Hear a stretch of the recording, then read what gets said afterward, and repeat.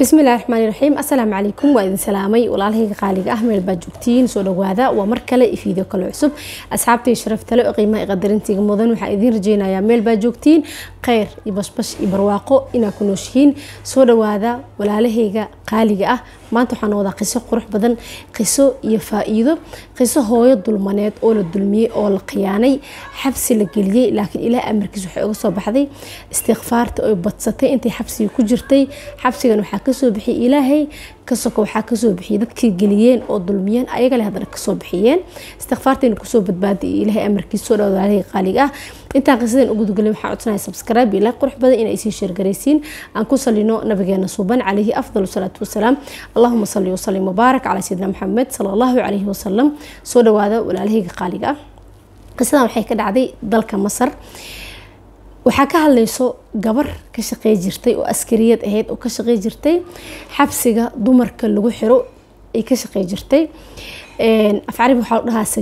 sajaana iyadka oo yani la xirayo oo sijinka la gelinayo dadkaas qaabilsaneed xabsiga dhexdiisa ka shaqeey jirtay yani askariyad oo gudaha xabsi ka shaqeysay ahayd marka waxay dhahday xabsiga waxa imaanayo dad kala duwan dad yani si gardarra lagu soo xiray oo la dulmiyay oo ayaga dhibanayaal ay hadana awood loo sheegto la soo xiray dad waxa imaanay mujrimiin oo yani mujrimiinta dad qaarkood lagu qasbay ayaga inta la dulmiyay ayagana wax haleeyeen marka waxay dhahday ani waxaan qof furfuran oo dadka marka la soo xiro la sheekaysto oo dhax galo ahay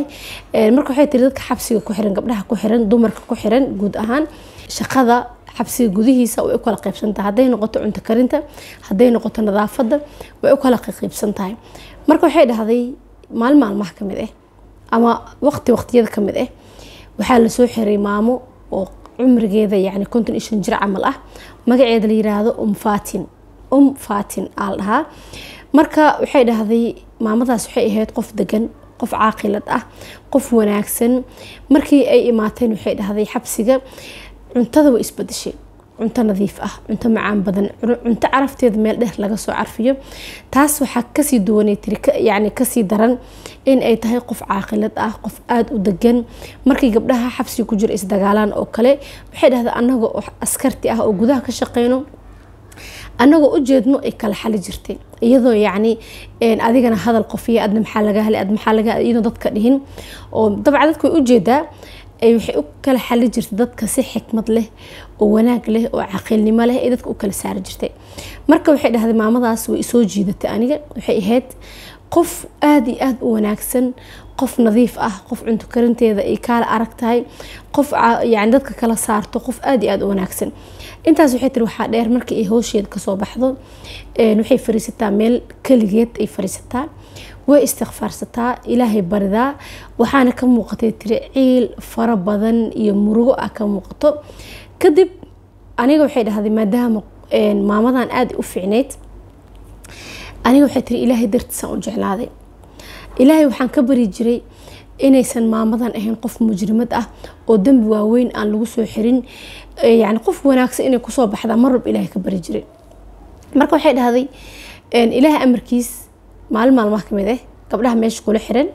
aan ka wareystay xaaladeeda iyo sababta loo soo xiray marka waxay ii sheegeen sababta loo soo xiray in ay tahay deen lagu lahay darteed marka waxay dhahday ilaaha u mahad celiyay maadaama sababta loo soo xiray ay tahay deen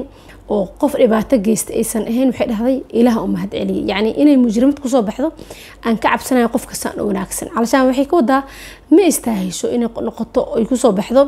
qof yani dambi waaweyn soo galay kadib waxay dhahday waxaan fursad u yeeshay inaan ayadani markii dambe aan la sheekaysto aan isdhex galno aan isbarano marka waxay dhahday muddo badan aan la sheekaysanayay oo qisadeeda iga sheekaynaysay maadaama aniga shaqadeeda ay tahay inaan meesha waardiye ka ahay marka waxay dhahday waqti fara badan oo aan ula fariisto ma heli jirin mararka qaarkood way ii sheekay jirtay marka waxay tiri waxyaabihii iga sheekaysay waxaa ka mid ahay sababta loo soo xiray waxay ahayd waxay dhahday ninkayga wuxuu iga dhintay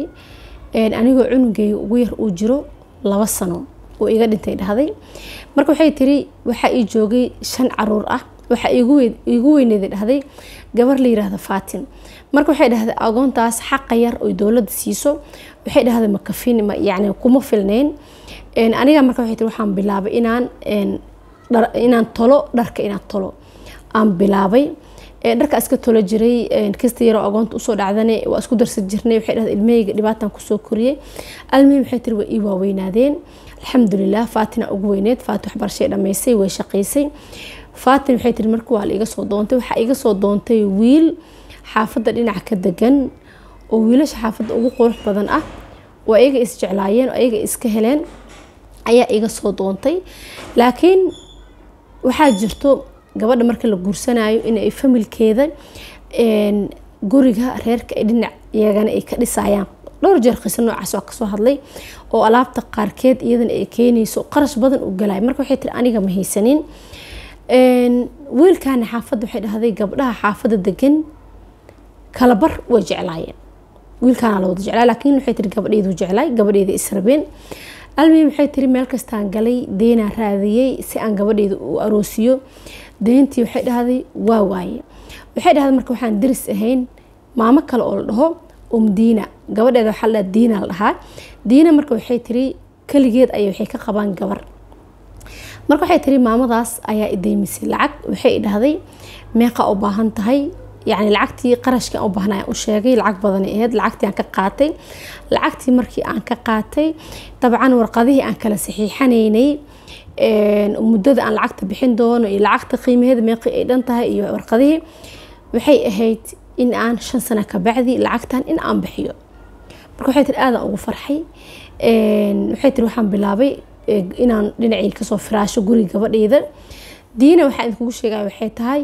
oo hooyadan lacagta deeminayso kaligeed ay gabar ka qabto diina waxay jeceshahay wiilka gabadhan aroosayo ay jeceshahay markii ay ogaadeen in uu gabadheeda Faatin ah soo doontay waxay dhahday dhulka la wareegay way xanaaqeen way maseereen laakiin ani waxay tiri ma ogi dabin ayaana loo maleegoyaa waxa lacagtan loo siinooyo oo loo duyminooyo waa dabin marka waxay dhahday gabadha diina la dhaho waxay tiri wallahi haduu guursan waaye xamdi Allah wiilka carabta xamdi wiilasha u baxsadaan gabdhahan u baxsadaan gabar kuma arkin laakiin wiilasha u baxsadaan badana xamdi haduu guursan waayo in isdilaayo cida diina dhashan waxay dhahday lacagna way haystaan gabarna kaligood ka tahay waxay sameeyeen xataa reerkiisi u tageen wax walba u ballan qaadeen laakiin xamdi wuu diiday gabadheeduna rabay المهم waxay tiri aniga diina hooyadeed lacagta ideymisay lacagta markaan kala saxiixanaynay warqado badan ee ila timid warqadahaas badan waxay tiri iskama fiirinin laakiin kulligood waa wada saxiixay waxay dhahday marka aniga iyo gabadheedii waxaan bilownay inaan gurigii soo firaashno gabadheedu waxay tiri aad u faraxsaneed maadaama arooskeeda la qaabqaabinayo oo ninkii ay jecleed is guursanayaan gurigii ayaan soo firaashnay laakiin diina markay noo timaado ee gurigan ay aragto waxaan indhaheeda ka muuqday xaasidnimo iyo ciil iyo xiqdi aan indhaheeda ka muuqday laakiin waxay aniga waxba ma ogeyn markaan dhameysanay gurigii firaashkiisa oo gabadheedii faraxsan tahay oo leedahay marba hooy khayr Allah ku siiyo hooy waa ii dadaashay ay marba ii mahad celinayso gabadheeda ay ku faraxsan tahay waxay dhahday gabadheeda arooskeeda markuu ka dhinay 7 maalmood waxaa ii yimid diina hooyadeed waxayna dhahday lacagteedii ayaan u baahanahay muddadii ballanta waa la gaaray anigana waxa dhahay tiri muddada aan qabsanay waxay ahayd 5 sano warqadaha ku saxiixan tahay maxaa kugu dhacay iyadana waxay tiri warqadaha waa kuwana adigaba arag marka waxay tiri warqadaha aan iskama fiirinin tabcan kulay warqadaha iskama fiirinin waa loo hoosgeliyay muddadii ay dhiibi lahayd waa la joogaa 5 sano oo looga ballan qaadayo waxay ahayd 5 sano oo bug ah almuhiim waxa la hadaadan isiinin muddadan way dhamaarabtaa haddii kugu dhamaato adoon lacagteeda isiinin inaan ku xiraay ogow wax walbay sameysay way iska tuugtay way diiday waxay dhahday waa ibahadishay waa idiid inay iga sugto waxay dhahday marka waxaan bilaabay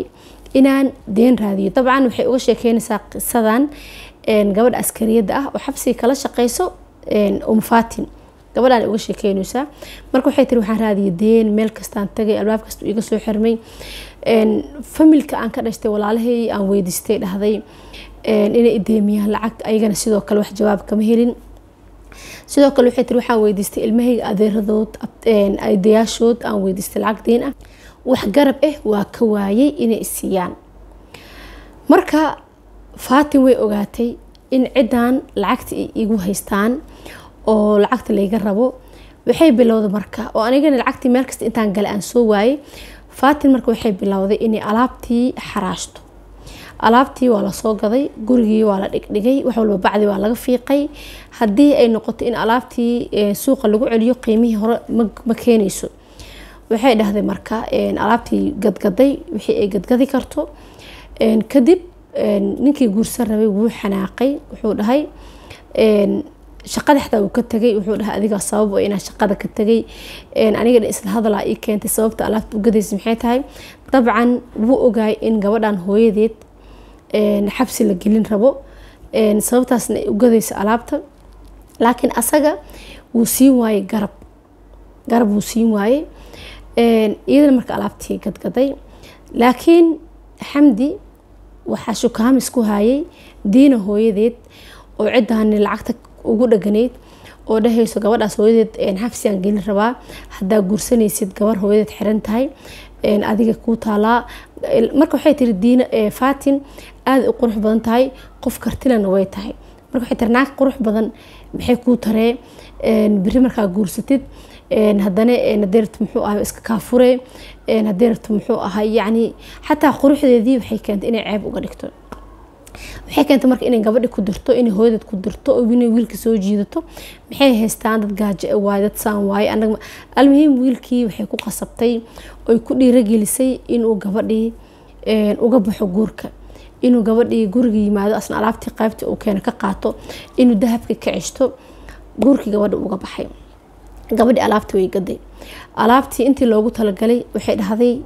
qiimihii yani way keeni weysay waxay dhahday marka muddadii ayaa la gaaray muddadii markii la gaaray Faatma maanta iyadoo shaqo ku maqan ay guriga waxay imaatay anigoo la isii wato oo baaburkii askarta la igu qaaday waxay ii waday dhahday gabadheeda canab kala cuno oo aniga markaas waxay tiri aad aan u jeclaay gabadheedan waxay dhahday aabaheed ma nooleen ilmaha iida igu weyneed aniga yani hooyan u ahay saaxiiban la ahay aniga guurkeedana garab ku siinay dad kale inta qof kale oo garab siinaysa ma jirin markuu ninka guurka uga baxay alaabtin ay xaraashtay murugta aniga ila qaybsanaysay aniga ilinteeda tirtiraayay aniga gabadheeda garab siinay hadana maanta waxay dhahday gabadheeda murugtii hore iyo niyadjabkii waxa ugu darsoomay ninka guursan lahay guurka uga baxay markii laga reebo in hadana hooyadii garabka siinaysay oo linta ka tiraysay lagu sii hor wato marka waxay dhahday gabadheedii markii baaburka la isaartay way iga soo daba carartay baaburna dabcan waxay dhahday lukuma gaarto marka waxay dhahday waa la xiray markii la xiray gabadheedu waxay tiri iima imaa jirin maxaa yeelay way bahdilantay way rafaaday waxay diidaysay inaan wajigeeda arko iyo siday u bahdilan tahay waxay dhahday marka Xamdi wuxuu doontay gabadhii diina ahayd uu doontay cideedu ka doontay wala riyaal shilin ma dhiibin cideeda wixii oo dhan dhiibeen cideeda u aroosiyeen cideeda qarashka oo dhan bixiyeen maadaama lacag ay haysteen cideeda qarashka oo dhan bixiyeen wuxuu aroosi diina Xamdi gabadhan uga baxay gabadhan hooyada waa la xiray marka waxay dhahday markii arooska iyo doonista iyo alalaaska waxaa daris ilaahay tiri gabar samaax la dhaho oo iyadana ilmo yaryar haysato oo ayagana ilmaheeda agoon yihiin oo laakiin dadka iska danyar ah jirtay waxay dhahday marka gabadheeda Faatin ay uma jirtay يعني way waana jirtay waxay tiri booskayga u gashay waxay daris wanaagsan iyo daris isku jiraan dadka isku jiraan dariska qaar shayaadiin inay ku jiraan qaar ilaahay ka cabsanayo oo wanaagsan inay ku jiraan marka waxay dhahday waa u ma jirtay si ay garab u siiso oo booskayga u buuxiso maadaama gabadha hooyadna laga xiray guurkeedan uu baaqday ninkii aroosi lahaynay guriga dariska aroos loogu tumooyo ninkii ay jecleed waxay dhahday waxay ugu ma jirtay inay garab siiso inay niid u dajiso iyo ma jirtay dhahday almuhiim waxay dhahday gabadhii markii uu aroosay waxay dhahday akhbaartan aniga waxay iiga ima jirtay dhahday gabar aan darisnahay oo walaasheed ay xiran tahay markay u imaanayso ilmihii akhbaar iga keeni jirtay oo gabadheeda Faatin akhbaarta igu soo dhiibi jirtay iyada akhbaarta iga keeni iyo akhbaarta xaafadda inuu Xamdi aroosay gabadha diriskii waxyaabahaas oo dhan waxay dhahday iyada ii keeni jirtay waxay uga sheekaysay intaas inuu Xamdi gabadhi guursaday oo gabadheedina ka tagay oo iyadana ay xiran tahay kadib marka waxaa dhacday Faatin in xabsiga ay ka baxday oo gabadhii askariyadeed oo xabsiga ku jirtay ee Faatin ay weysay meel u raacatan ay aqoon weysay kadib gabadhii iyadana waa la guursaday oo askariyad ahayd waa la guursaday shaqadii way ka tagtay reer ay yeelatay dabcan marka waxay tahay markii la guursaday waxaan isku dayay Faatin in aan raadiyo iyo meeshii ay ku dambeysay in aan raadiyo marka waxay tahay qisadeedii iyo wixii ku dhacay waxaan la wadaagay dhahday ehelkeygii hooyaday walaalahay asxaabteedii dadkii aqoonay dhay aan la wadaagay marka dadkii waxay sameeyeen kulligood inay lacag isku daraan inay dhahan raadi inay dhiirigeliyaan inaan raadiyo ina ciwaankeeda iyo magaceeda saddexan inaan ka raadsado xabsiga u noqdo oo magaceeda aan ka raadsado ciwaankeeda meel ugu hagaago inaan lacag ku aruuriyo qof walba qisadeeda aan la wadaagay waxay dhahday lacag ii dhiibi jirtay lacagta aruuris ugu dar marka waxay tiri lacag aan aruuriyo badan kadib waxay dhahday waa soo raadiyay markaan soo raadiyay oo xaafadeeda aan imaaday waxay tiri dabcan ani ninkayga isla soconay baabuuraan wadanay meel banaan waxay tiri waxay ku gadaysay raashin laakiin waxay tiri raashinkeedu wuxuu raashin aad iyo aad qurux badan oo nadiif ah oo weel nadiif ah ku jiro oo si fiican u habaysan meesha markaa ugu tagay way aqoonsatay waa salaamay marka waxay iga codsatay dhahday maadaama maanta kadis aan ugu imaaday inaan maalin kale ay casuunto aan u imaado oo gurigeeda ugu imaado ay marti qaado aniga ninkayga ayna ii sheekayso waxay tiri maalintii waa ka noqday maadaama aan kadis ugu imid ay markaas diyaar u ahayn aniga aysan ifilaynin waa ka tagay Soomaalida way yaqaan moogtahay markii lagu imaanayo ma lagu soo sheegay lagu soo garaaca ma fiicna qofku waxa fiican inuu kugu tashado oo meesha ku fariisin lahay koobsha uu ku sii kariyo meesha ku fariisin lahay ku sii diyaari lagu sii xaaqo qofka xataa u socoto xataa wajiga iska dhaqdo ani waa nacba dadka oo albaabka iska soo garaacayaan may dadka hada u sheeg way iska lifee waxay u maleeyaan oo ku soo socdaay wax ii sii diyaari martiqaad amal u fahmay martiqaad waxa lagu fahmaa waa ku soo socdaa waqti hebel aan ku imaara yani qofku wuu maqnaa karaa way jiranaa kartaa way maqnaa kartaa way jiifi kartaa gurigaas dhex ooli karo waxaa fiican in lagu tashado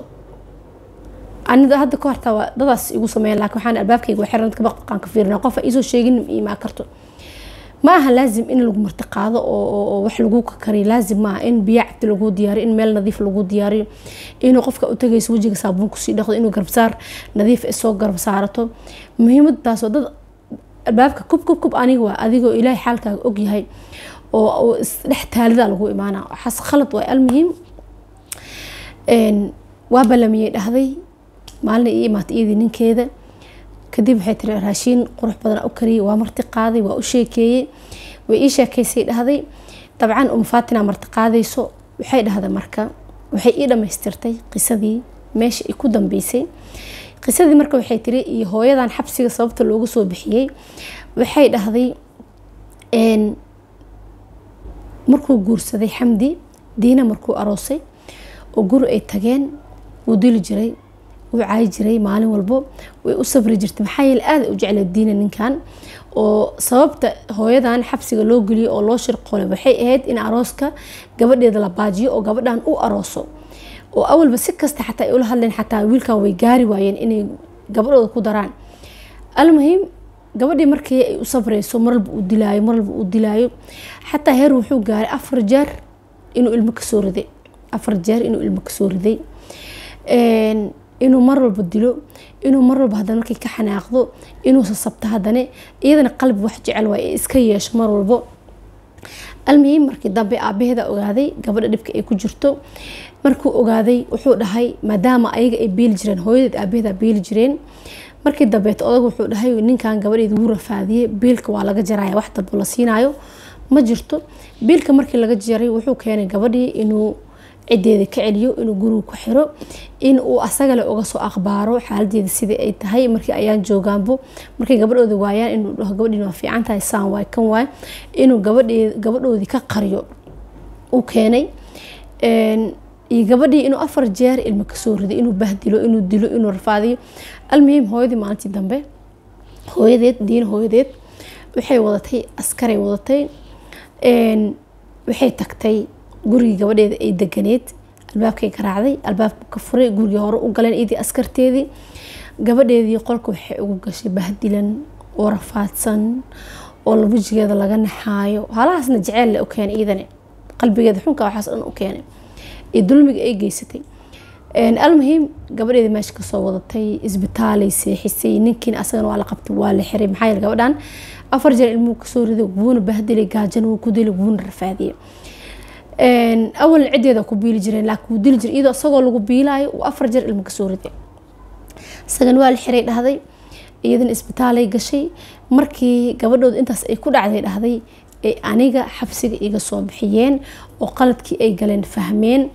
مركزي أنا حبسي إيجا صباحيين وحي إيجا ربين إيجا تناسلين ساسا محي هذا مرك حبسي أوجا صباحي ويعفيين وحي إيجا ربين قالت كودن دب وسحين إني قلدمين ودلميين أي أوجادين المهم وحيد هذا مركز هذا أنا قبل إذا واش قيسنا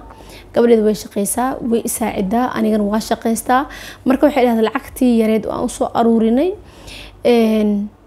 مشروع وين كفرتي مشروع يعني إني عنطوين سي أونلاين واش قيسته أي سميستي مشروع وين كفرتي ويكفر حتى العقي أباهند مركز maxay xirta mashruuceeda inay weyneyso ay kobciso qarash la'aan haysay qarashkaana waqtigiisu u imaaday marka ilaaha albaab risq u furay ninkaasna gabadheeda ilaaha ka leexiyay maadaama uu ahay nin qurux badan naakastana ay rabto nin oo yaani isla weyn uu ahay gabadheeda ilaaha ka leexiyay iyadana xabsigaas ay gashay xataa laga yaabo inuu qeyr u ahay laakiin waxay uga soo baxday istighfaarteedii oo aad u istighfaarsi jirtay markay hawsheeda ka baxdo meel gooni intay fariisato ee istighfaarsi jirtay ilaahayna wuu u jeedaa wax walbo garabna wuu siiyay xabsigana ka soo saaray marka walaalay qeyr kale aan dhiirabay walaalay sharafta oo qeyr kale dabcan qisadii maanta aan ugu talagalay si ku agtahay fadlan subscribe like qurux badan inay sii share gareysiin intii fiidiyoyada hore ka soo falcelisay oo qisadeeda la dhacday ويدعيسني ومهتسنتين بقولكي وبقول حنا جزاكم الله خير انت إديري جلسي قاركود إلى هاي إلين قبلها محو هاي قبلها نوي شقيان سيدا أنا أدومي ذا نوجو شقيسو شقة عيب ماهن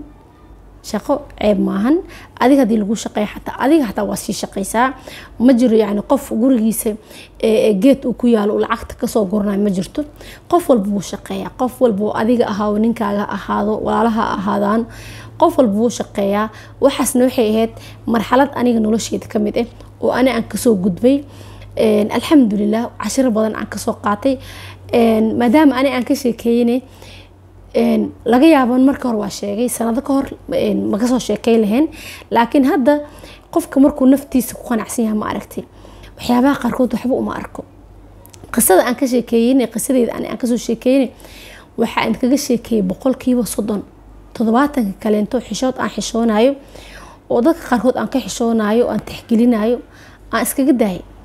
maana aniga xaq iga galgu badan yahay intaas uu ka badan yahay dulmiga iga galtu ka badan yahay marka tixgelin dad aan tixgelinayo ma aragtay aan iskaga daay waxaas maadaama aniga gacan aysan yani leela galin laakiin wax qiyaano iyo lugooyo iyo been in laga sheegay in familka lagu diro in lacag laga dhaco iyo waa badan tahay وابنتها بقول كيف صدنا إنك قصوا هاللي المهم ولا هي خالية وري أنكم بدنين أنت فيديو من لما تكون كل ما حاطين سبسكرايب لا قرح بد إن يصير شير جريسين حد قلت لك سلي النبي صوبا عليه أفضل الصلاة والسلام اللهم صل وسلم وبارك على سيدنا محمد صلى الله عليه وسلم مع سلامة صحبة شرفت له.